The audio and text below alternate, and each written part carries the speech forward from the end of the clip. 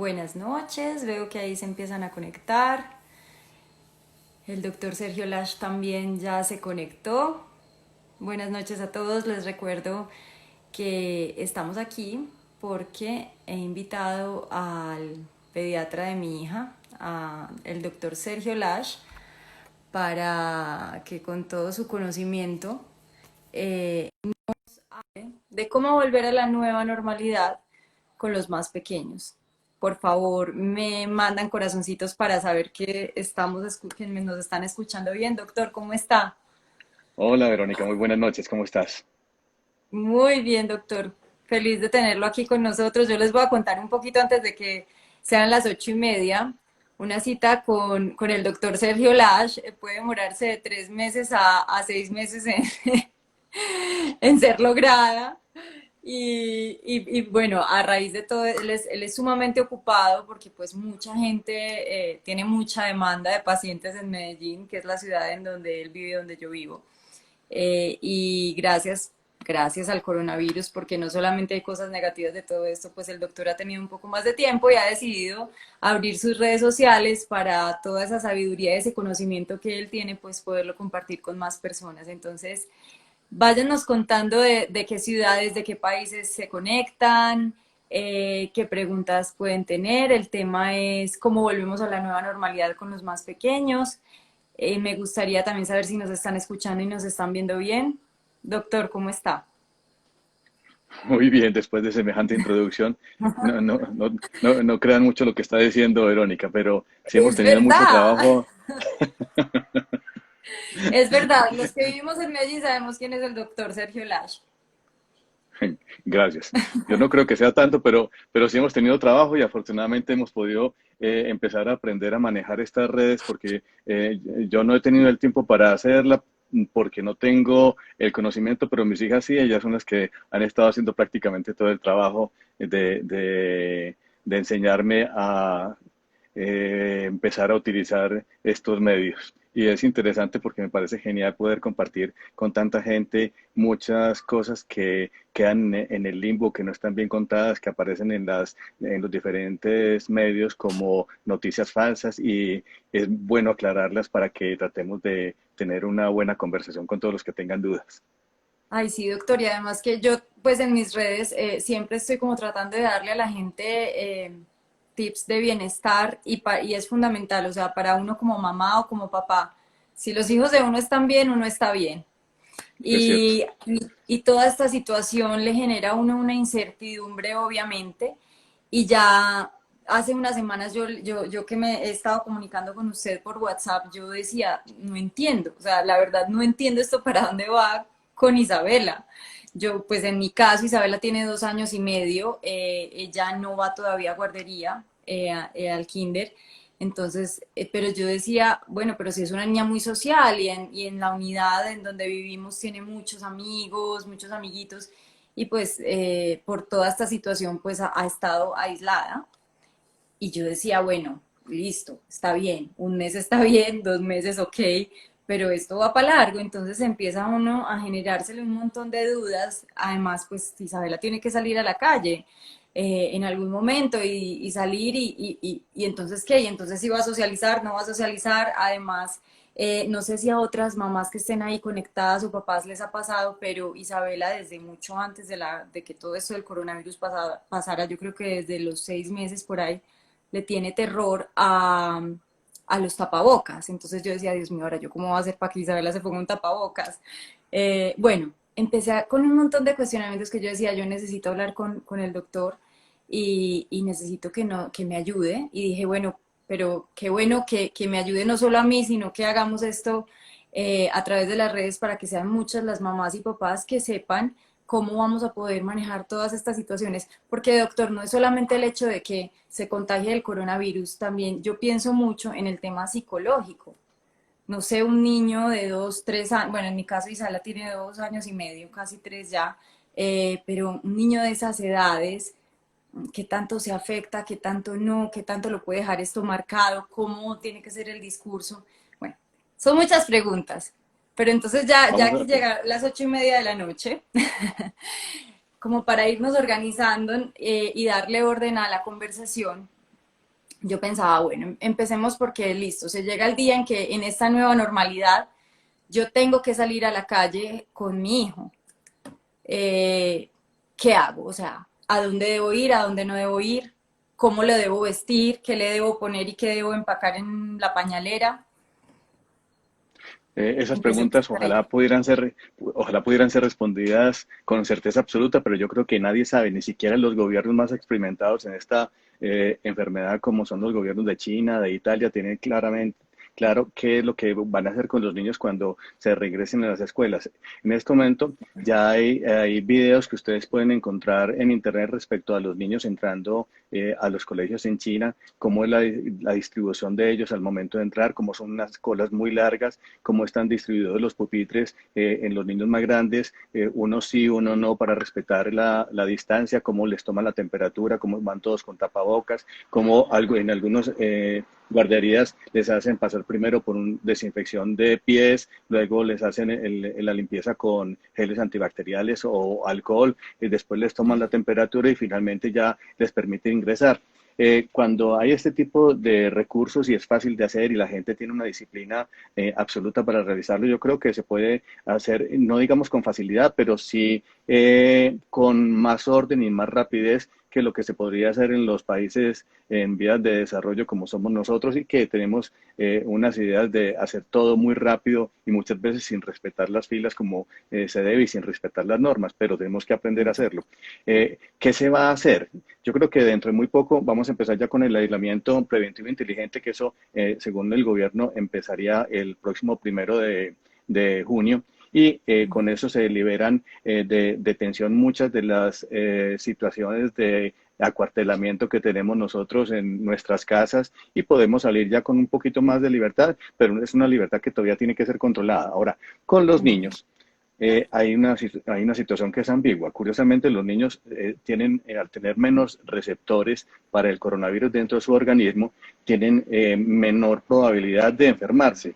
Pero es falso que los niños no se enferman y es falso que los niños no puedan tener enfermedades graves. Así como también es falso que todas las personas de la tercera edad se van a enfermar y que todas se van a morir si les da el proceso infeccioso. En todos los rangos de edades hay enfermedades dispuestas por el coronavirus que pueden ser graves y que por lo tanto requieren cuidado. Pero con los niños hay que tener particular atención porque los niños necesitan del contacto con su familia, necesitan del grupo de amigos, necesitan de los compañeritos de guardería, necesitan tener contacto con sus primos o demás familiares, con sus abuelitos y con todos los demás.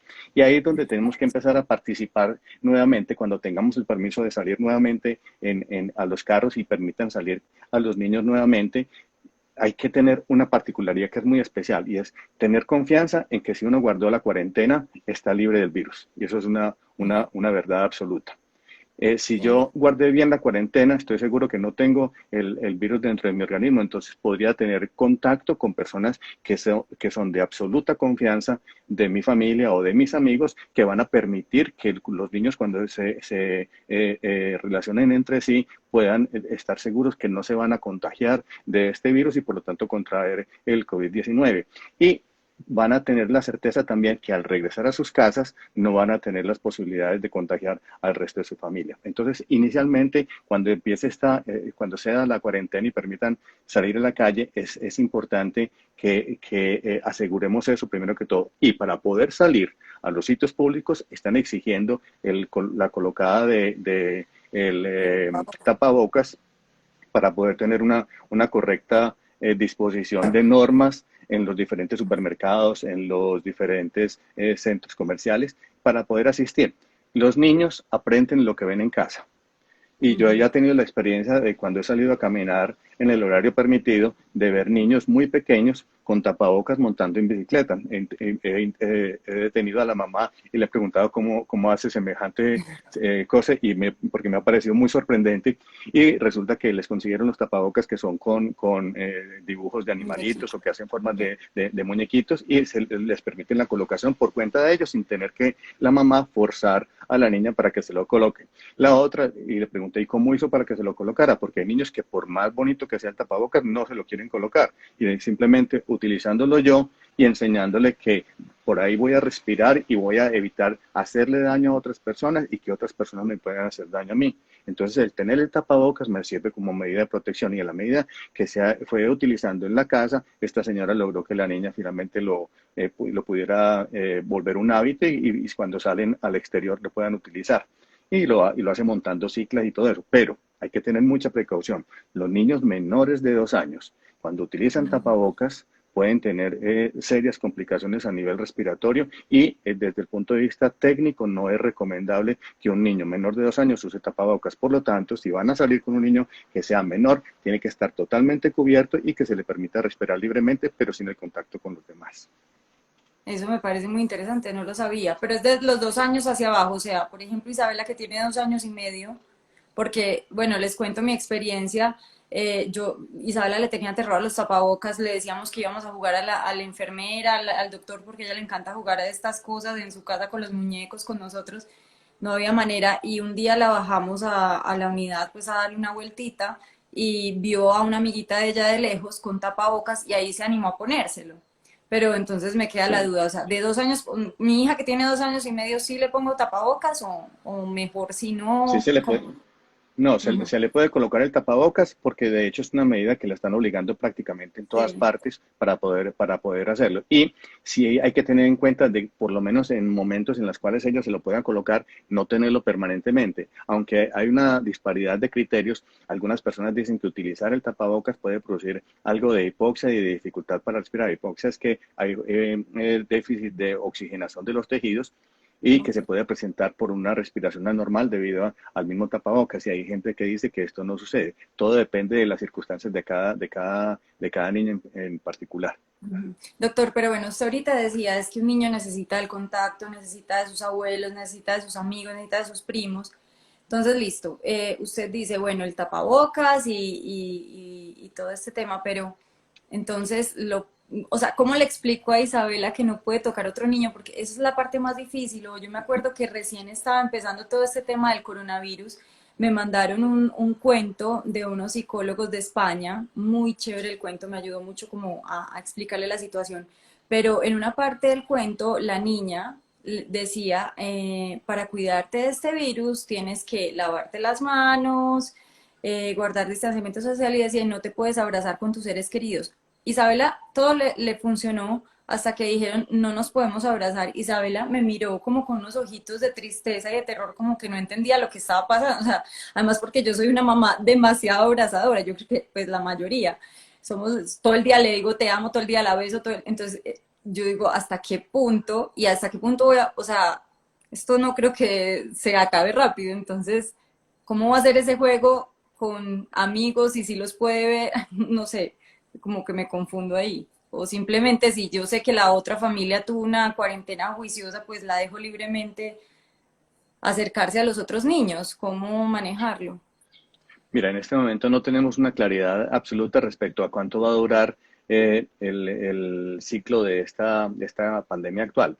Lo que sí es claro y opinan muchos especialistas, entre ellos el doctor Kim, que es uno de los médicos más expertos en el tema del COVID-19, un médico infectólogo de Sur Corea, él habla claramente que posiblemente estamos ante ya la salida de la primera fase y al igual que la epidemia de influenza que hubo en el año 1918 en España de la influenza española, se generó un cuadro que terminó y después de haber acabado completamente, siguieron unos pocos casos activos y más o menos cuando empezó a entrar el otoño, a finalizar el otoño y comenzar el invierno, volvió y se reactivó otra vez la epidemia. Posiblemente con esta COVID-19 va a pasar exactamente lo mismo y se calcula que pueden ser o 2 picos o 3 picos. ¿Eso qué quiere decir? Que más o menos vamos a tener entre 1 año y 2 años, me atrevería a decir que casi los 2 años, para que se vuelva una situación relativamente normal en la cual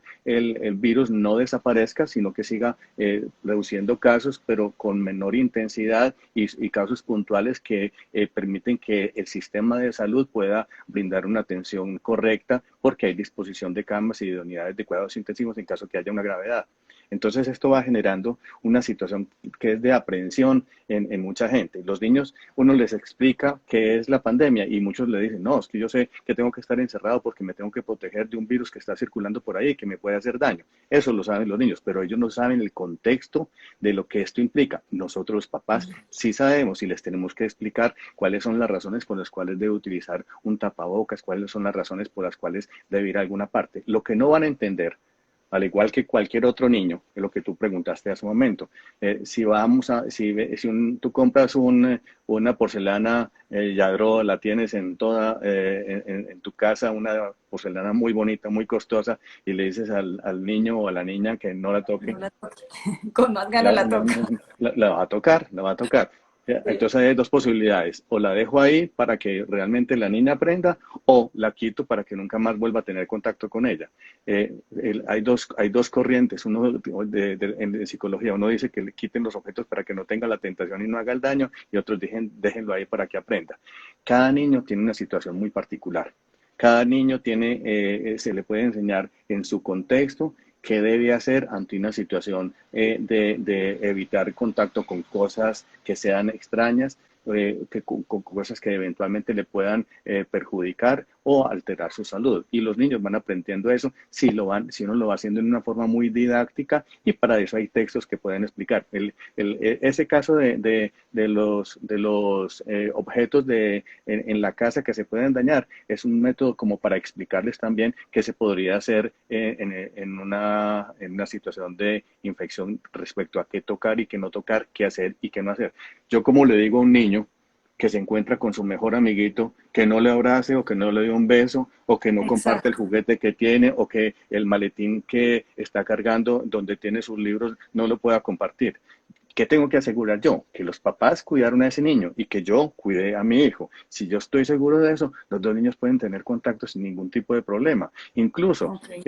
hablaba el doctor Kim en la entrevista, que me parece muy interesante, que la pueden encontrar en internet. Él dijo, al entrevistador le dijo, yo no necesito de tener aquí un tapabocas ni necesito de tener ninguna medida de precaución por dos razones muy simples. A usted se le hizo un cuestionario en el cual está explícito todos los síntomas del coronavirus y nos aseguramos que su temperatura al entrar al edificio era completamente normal. Entonces la posibilidad de que usted sea contagioso es mucho más remota. Si nosotros hacemos eso con nosotros mismos, seguimos ese cuestionario y lo analizamos como en el Coronap que está utilizando para poder salir aquí en Medellín, y todos los días nos hacemos ese análisis, nos tomamos la Ujú. temperatura, por lo menos podemos tener un factor de seguridad de que mi familia está bien, y si todos hacemos algo parecido, vamos a lograr un resultado similar.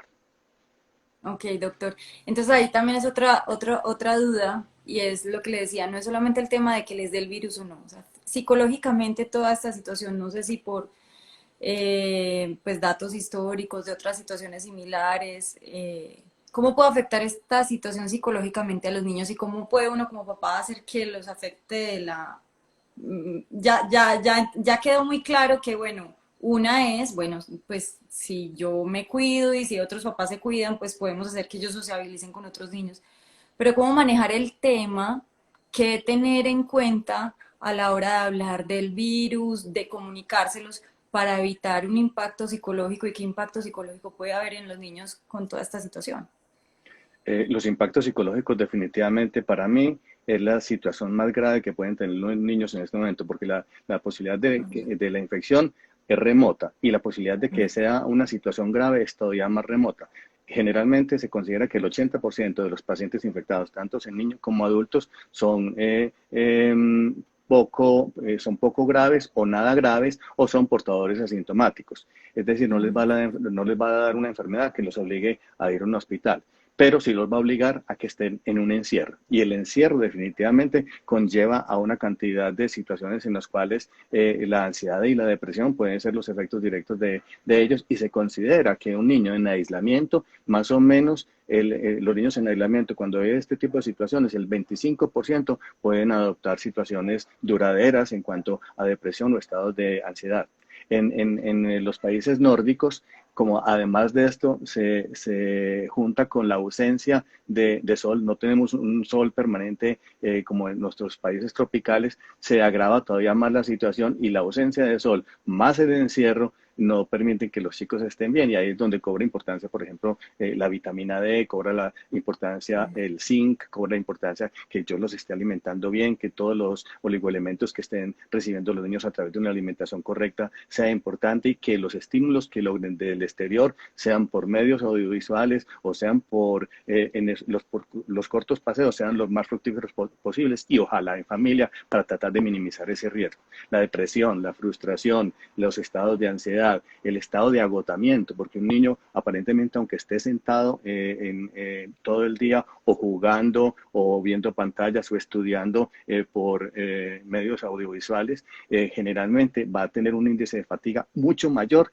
que lo que tienen otros niños en otras Doctor, he situaciones. visto muchas preguntas, mamás preguntando, bueno, ¿conviene que vuelvan a clases? Que no, pues si el gobierno dice que en agosto ya deben regresar al colegio, usted como médico, ¿qué dice? ¿Mándenlos al colegio o más bien díganle al colegio que de alguna manera los mantengan con educación virtual? Es muy difícil responder esa pregunta porque depende mucho de la evolución de la enfermedad en ese tiempo. Está calculado que para mediados de julio tengamos el pico más grande de coronavirus aquí en Colombia, entonces es muy probable que podamos tener para inicio de clases en el calendario B una situación mixta de presencialidad y de educación por educación virtual.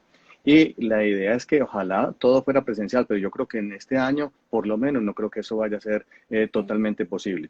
Y hay situaciones que son muy apremiantes porque los muchachos están teniendo la necesidad de tener contacto con otros niños, de tener contacto con sí mismos. Y esto lo tenemos que empezar a interpretar nosotros los adultos, primero que todo, siendo lo más ecuánimes posibles, brindando con nuestro ingenio situaciones que les brinden alegría, que compartan con nosotros, que nosotros tengamos también la oportunidad de estimularlos y darles las ganas de salir adelante, que vean que esta es una situación que aunque difícil podemos tener repercusiones positivas que permitan que los niños puedan tener un mejor vivir en 6 meses, en un año o en 2 años.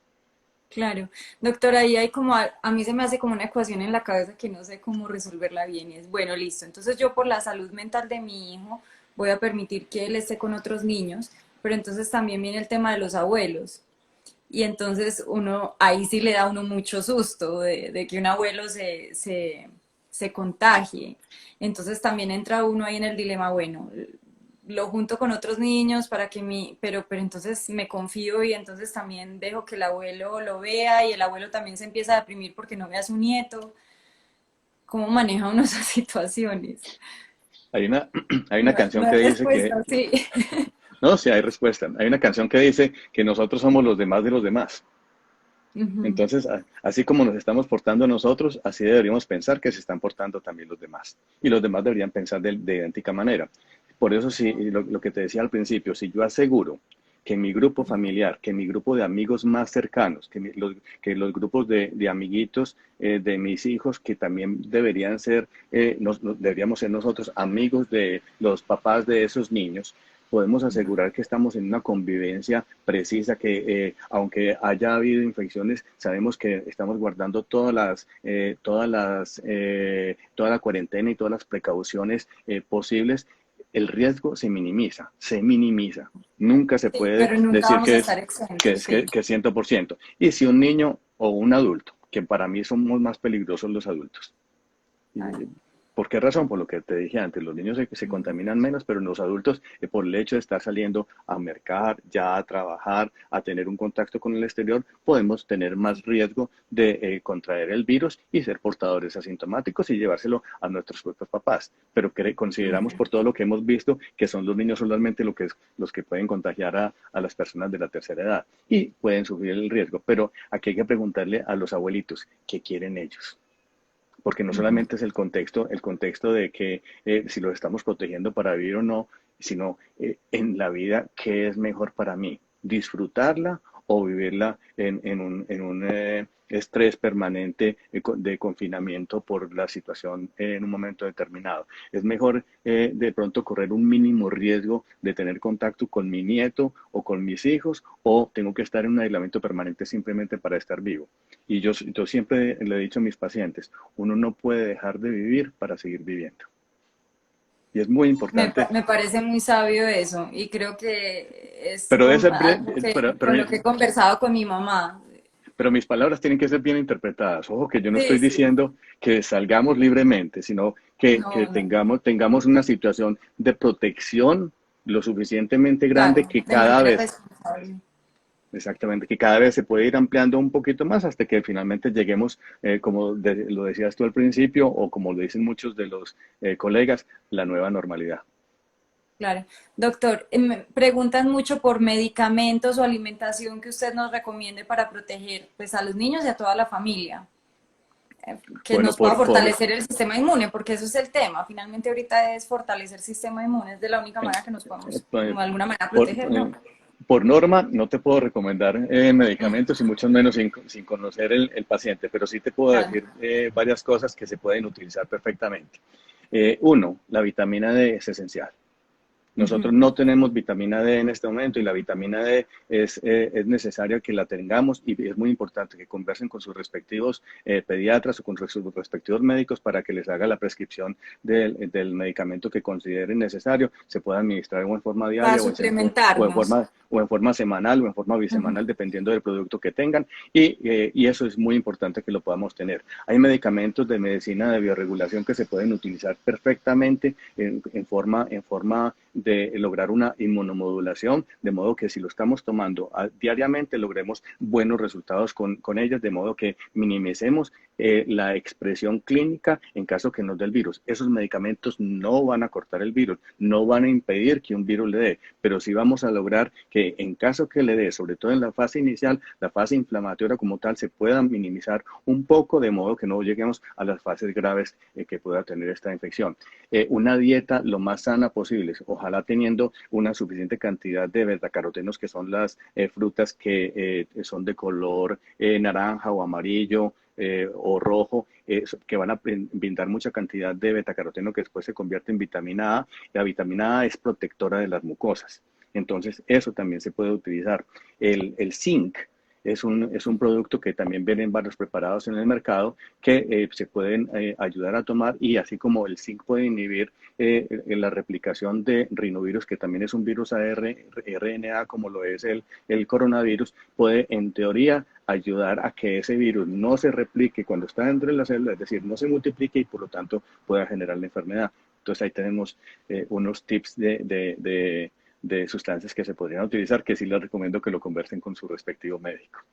Ok, doctor, tengo una última pregunta. Vi un video de un señor que explicaba que con toda esta situación estamos, bueno, tenemos que tener tantos protocolos de limpieza, de aseo, de lavarnos todos los días las manos, que lo que estamos haciendo es afectando nuestro sistema inmune, porque estamos tan limpios que lo estamos como durmiendo. Entonces, pues lo que decía el señor en el video es que estamos entrando en una situación peor, porque no solamente estamos volviendo vulnerables nuestro cuerpo por prevenir el coronavirus, estamos volviendo nuestro organismo vulnerable a cualquier enfermedad porque estamos demasiado limpios y no, no estamos poniendo a trabajar nuestro sistema inmune, por decirlo así. ¿Usted qué me puede decir sobre eso? Le tenía mucho miedo a esa pregunta. Ah, Porque y lo que la tengo que hice. porque sí, no lo había tocado a propósito, pero te lo tengo que decir porque yo sé que lo que te voy a responder da lugar a interpretaciones que pueden ser en contra, otras a favor. Pero lo que sí está perfectamente claro es que desde que el doctor David Strahan en 1989 promulgó la teoría de la higiene, se ha venido estudiando. Inicialmente fue muy criticado cuando él lanzó esta teoría, en la que decía simplemente que por el hecho de tener en nuestros hijos o nosotros mismos en un ambiente estéril o semiestéril en forma permanente, esto podría alterar significativamente el sistema inmune, de modo que la capacidad defensiva del organismo no fuera lo suficiente como para poder defenderse de agresiones virales, bacterianas o parasitarias que venían desde el exterior. Entonces, y posteriormente con los estudios que se hicieron consecutivamente, se logró establecer que esa teoría era cierta. Y realmente en este momento los ambientes estériles y semiestériles, en lugar de ser benéficos, son perjudiciales. Ahora, yo cuando estoy tratando un virus como lo es el coronavirus como tal, sí tengo que tomar unas medidas, pero esas medidas no pueden ser suficientemente largas en su utilización, porque pueden generar la reacción del sistema inmune, en la cual el sistema inmune se aplaca y al aplacarse me hace más proclive a desarrollar infecciones virales y sobre todo inflamaciones de tipo alérgico, porque deriva el sistema inmune tiene dos corrientes, una que es la capacidad defensiva que tiene el cuerpo como tal atacando los virus, las bacterias y los parásitos, y la otra es la que se defiende especialmente contra los virus, perdón, dije virus, en la otra que se defiende específicamente contra los virus y contra parásitos, que va a determinar lo que es el fenotipo alérgico. El fenotipo alérgico es la demostración de un paciente asmático, un paciente con dermatitis atópica, un paciente con rinitis alérgica, un paciente con una alergia alimentaria. Y si te fijas, todas esas patologías son las que ya veníamos teniendo de hace mucho tiempo atrás, antes de esta pandemia. Ahora, con seguridad, las infecciones las dejamos de ver. Si tú le preguntas a cualquier pediatra, no hemos visto realmente infecciones en cuanto a resfriados, en cuanto a influenza, en cuanto a rinovirus, en cuanto a virus respiratorio sincitial, sino en muy poquita cantidad de casos. Uno que otro con problemas gastrointestinales y el resto, casi que todos por estar encerrados con el polvo de la casa, con el encierro, con los detergentes, con los olores de los limpiadores de la casa, rinitis alérgica, sinusitis y crisis asmáticas. Y eso sí ha empezado a incrementarse. Doctor, bueno, y ahorita que habla de las alergias, se me ocurrió preguntarle esto. Siempre hemos oído que los lácteos incrementan las alergias y todo ese tipo de situaciones. Entonces, durante esta época, ¿es recomendable que los niños no consuman lácteos o Mira, no? esa es otra pregunta que yo no me gusta responderla, porque de hecho una de las críticas que me hacen muchos de mis queridos colegas y mucha Ujú, gente, muchos de mis pacientes, es que les quito a todos la leche. Realmente no ujú, se trata de quitar la leche a todo el mundo, sino que la leche como tal, por los componentes que tiene, es disparadora de un estado alérgico de base que ya tienen las personas. ujú. No es la promotora de las alergias. La leche como tal, por los componentes que tiene, que son proinflamatorios, derivados de toda la cantidad de hormonas que se utilizan para las vacas, los antibióticos que se utilizan, los factores de crecimiento y muchas otras sustancias que adquieren a través de la alimentación, por la fumigación que tienen, por el agua que están tomando. Las reses tienen cantidad de estas sustancias que por dónde pasan al niño, a través del ordeño, a la leche, a la leche de fórmula y por ahí derecho al biberón y a la leche que se está utilizando. Esta leche de por sí hace que haya, y uno lo nota claramente, mayor cantidad de producción de flema, mayor cantidad de congestión. Los niños pueden presentar un agravamiento de su cuadro asmático, y a nivel digestivo ya lo vemos los pediatras todos los días estamos viendo casos en los cuales cuando se les empieza la leche de fórmula como tal, o si la mamá está consumiendo lácteos, empiezan los niños con la alergia alimentaria manifestada, con muchos síntomas a nivel gastrointestinal, que hace obligatorio e imperativo que quitemos no solo la leche, sino cualquier alimento, así sea con trazas de leche que puedan tener. Y hay que leer muy bien las etiquetas para poder diferenciar esto. Entonces la leche no debería pasar, ojalá nunca, en un niño mayor de 2 años, más de 2 vasos al día. Y si lo podemos evitar y más bien dar un buen suplemento de calcio y dar las fuentes de proteínas de otro origen distinto, sea proteínas de alto valor biológico como las vegetales, o con una limitación de los cárnicos entre carnes rojas, pollo y pescado en una cantidad buena y sabiendo de dónde provienen, es más saludable que darle exceso de lácteos, porque los niños están consumiendo 4, 5, 6, 8 lácteos por día, y eso es una cantidad exagerada. Así es. Doctor, muchísimas gracias. ¿Tiene algo más que de pronto quiera compartir, concluir? Bueno, yo creo que es muy importante que nos demos cuenta que hablar de los niños puede ser muy complicado, porque no tenemos una base muy clara y los niños no han sido estudiados en esta pandemia en cuanto a este comportamiento de cómo se va a adaptar, porque todavía no ha sido vivido. Posiblemente vamos a sacar conclusiones de aquí a 6 meses aproximadamente, pero lo que sí se ha visto es que los papás están en una situación de tensión muy grande por todo lo que ha habido. Muchos están sin trabajo, muchos están con unos ingresos disminuidos, otros están trabajando con el mismo ingreso, pero con un trabajo duplicado o triplicado debido a que el uso de los medios ha permitido que esto se pueda hacer. Y además de eso, les ha tocado ser tutores de los niños en la casa, que simultáneamente compartido con el trabajo, más los oficios domésticos que nos ha tocado hacer a todos nosotros, ese trabajo se nos multiplicó, y eso implica que ese grado de tensión, de conflictos que pueda haber entre la pareja, de conflictos con los mismos hijos, puede aumentar la violencia doméstica, puede hacer que haya violencia entre pareja, violencia con los hijos, y puede contribuir a que esto lleve también a otro efecto psicológico grave a futuro, que es la violencia. O Entonces hay sea, que hay que tratar ser de muy evitarla. conscientes como Sí, de todas esas situaciones y hacer lo mejor que podamos, ¿no? exactamente. Bueno, doctor, muchas gracias a todos los que se conectaron. Estoy muy feliz porque tuvimos muchas personas conectadas y bueno, de eso se trataba, de difundir esta información para que seamos muchos los beneficiados. Les deseo muy buena noche a todos, al doctor también, mil gracias. Muchas gracias, Verónica. Muchas gracias a todos Descanse. ustedes y que estén bien. Muy feliz noche. Bueno, Chao. chao. Dios. Chao. Adiós.